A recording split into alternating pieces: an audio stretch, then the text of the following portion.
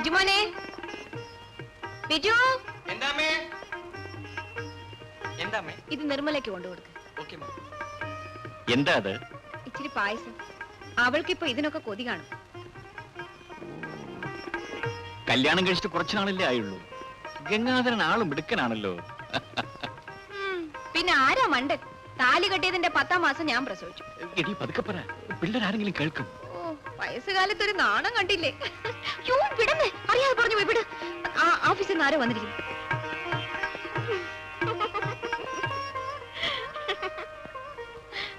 എന്താ തിരിച്ചു വരുന്നത്? ഓവർ ടൈം ഉണ്ട്. ഒറ്റയെണ്ണം വിടില്ലല്ലേ? എങ്ങനെയാ വിടുന്നത്? നാട്ടിലും വീട്ടിലും ജനം പെരുകല്ലേ? പിന്നെ നീ വീട്ടിലേക്ക് പോകുന്ന വഴിക്ക് നിർമ്മലയോടൊന്ന് പറഞ്ഞേക്ക്, ഞാനിവിടെ ഓവർ ടൈം ചെയ്യാണ്, രാത്രി എന്നെ കാത്തിരിക്കണ്ട. ഞാൻ പറഞ്ഞേക്കാം. ബിജുമോൻ അല്പം പായസം എടുക്കട്ടെ? വേണ്ട ചേച്ചി, ഞാൻ വീട്ടിൽ നിന്ന് കഴിച്ചതാ. ചേച്ചി, ഗംഗേട്ടന് കുതിര ഓടിക്കറിയോ? എനിക്കൊന്നും അറിയില്ല മോനെ. എനിക്ക് ഓടിക്കറിയാം. ഞാൻ പായസം കൊണ്ടുവന്നതാ. കൊടുത്തില്ലേ? പിന്നെ വീട്ടിൽ പോ. പാത്രം വാങ്ങിച്ചിട്ട് പോവാം.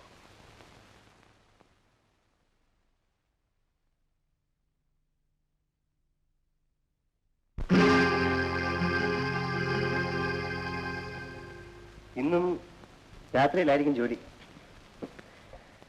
വരാൻ താമസിക്കും അല്ലേ?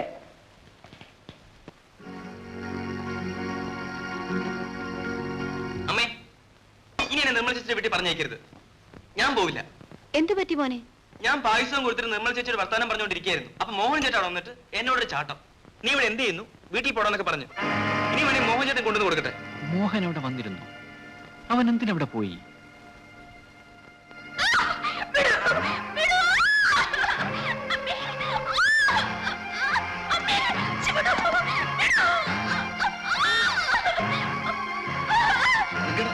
വെള്ളം നടക്കുന്നു.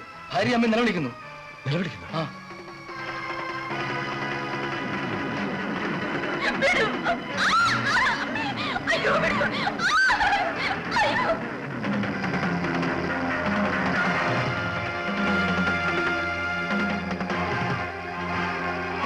കമ്മീഷണർ അദ്ദേഹത്തിന്റെ വീടല്ലേ? ഗംഗേട്ടന്റെ വീട്ടിൽ എന്തോ ബഹളം നടക്കുന്നു. കാര്യം എന്താണെന്ന് അറിയില്ല. ഗംഗേട്ടൻ ഒരു വെട്ടുകത്തിയായിട്ട് ഓടുന്ന കണ്ടു. ആ,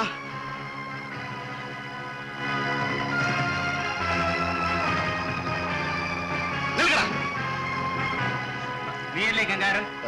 അതെ. നടക്ക് സ്റ്റേഷനിലേക്ക്. സാർ, അത്യാവശ്യമായി എനിക്ക് വീട് വരെ ഒന്ന് പോകണം. സാധ്യമല്ല സാർ, എന്റെ വീട്ടിൽ എന്തോ ആപത്തുണ്ടായിരിക്കുന്നു. ഒന്ന് പോയിട്ട്. സാധ്യമല്ല. സാധ്യമല്ലെന്ന് പറഞ്ഞില്ലേ? സാർ, ഒന്ന് പോയിട്ട് വിടാ പട്ടികളെ.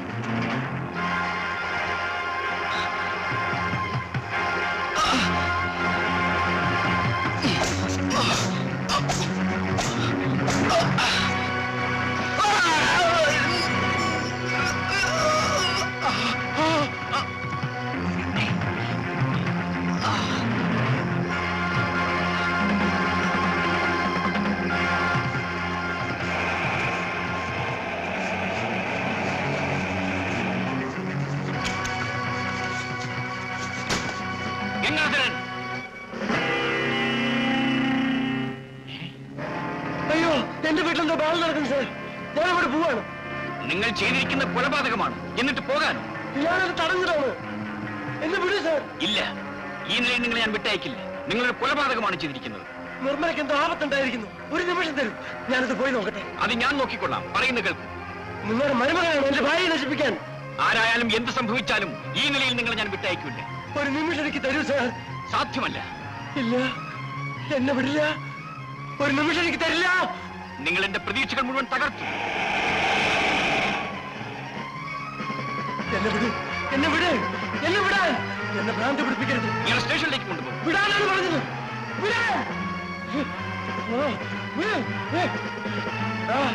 നീ എന്നെ ചതിക്ക്. ദ്രോഹി. എന്റെ നിർമ്മലയ്ക്ക് എന്തൊക്കെ സംഭവിച്ചാൽ നിങ്ങളെ ഒന്നിനും ഞാൻ വെറുതെ വിടില്ല. എന്റെ ജീവിതം നശിപ്പിച്ച പഞ്ച നിന്നെ ഞാൻ വെറുതെ വിടില്ല. ഓർമ്മിച്ചോ?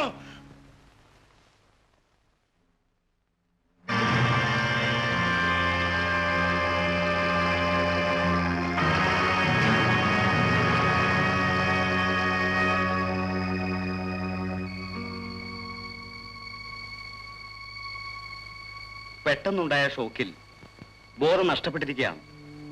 കഴിഞ്ഞതൊന്നും തിരിച്ചറിയാനാവില്ല. ഈ നിലയിൽ അവരുടെ അമ്മയുടെ ശവസംസ്കാരത്തിന് കൊണ്ടുപോകാൻ കൊണ്ടുപോകാം. ശാരീരികമായി ആപത്തൊന്നുമില്ല.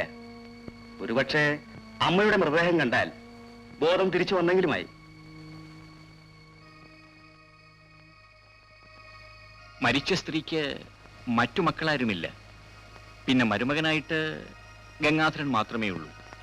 അയാളോടൊന്ന് പറഞ്ഞു നോക്ക്. Okay sir.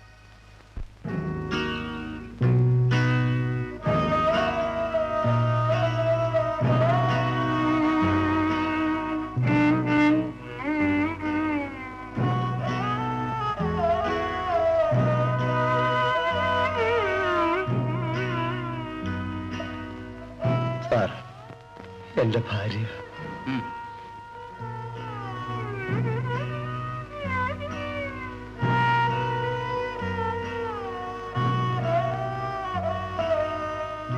നിർമ്മലേ, നിർമ്മലേ, നിർമ്മലേ, നിർമ്മലേ, നിർമ്മലേ, നിർമ്മലേ, നിർമ്മലേ.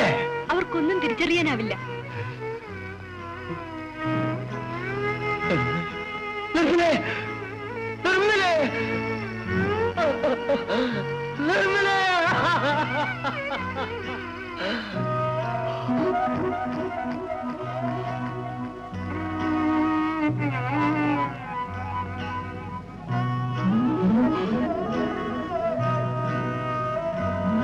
സമയമായി.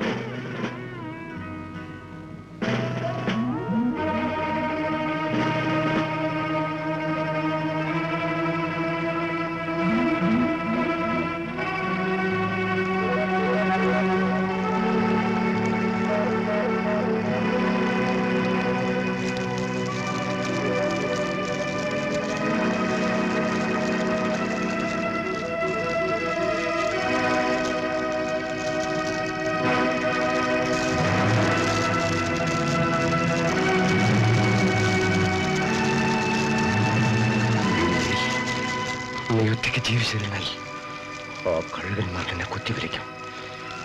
ഈ ലോകം നമുക്കുള്ളതല്ല. നിന്നെ രക്ഷിക്കാൻ, നമുക്ക് രക്ഷപ്പെടാൻ നീ ഞാൻ മരിക്കണം.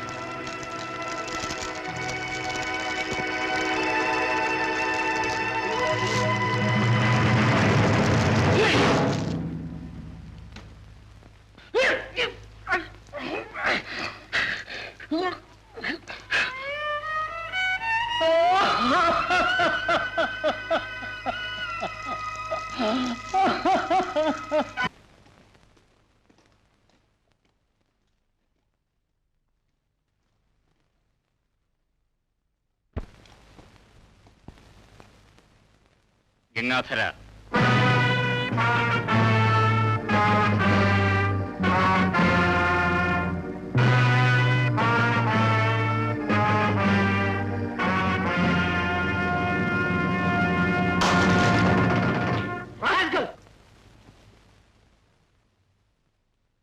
അയാളൊന്നും ചെയ്യണ്ട. എടാ ദ്രോഹി, എന്റെ നിർമ്മലയെ കൊന്നത് നീയാണടാ. നിന്റെ മരുമകന്റെയും കുടുംബത്തിന്റെയും മാനം രക്ഷിക്കാൻ വേണ്ടി ബലിയായത് എന്റെ ഭാര്യയായടാ. നീ ഓർമ്മിച്ചോ, ഒരു ദിവസം ഇത് തകർത്ത് ഞാൻ പുറത്തു വരും. അന്ന് നിന്നെയും നിന്റെ മരുമകനെയും നിന്റെ വംശത്തിൽ ഓരോരുത്തരെയും ഞാൻ അരിഞ്ഞു വീഴ്ത്തും. സകലതും ഞാൻ തകർക്കുമിടാ.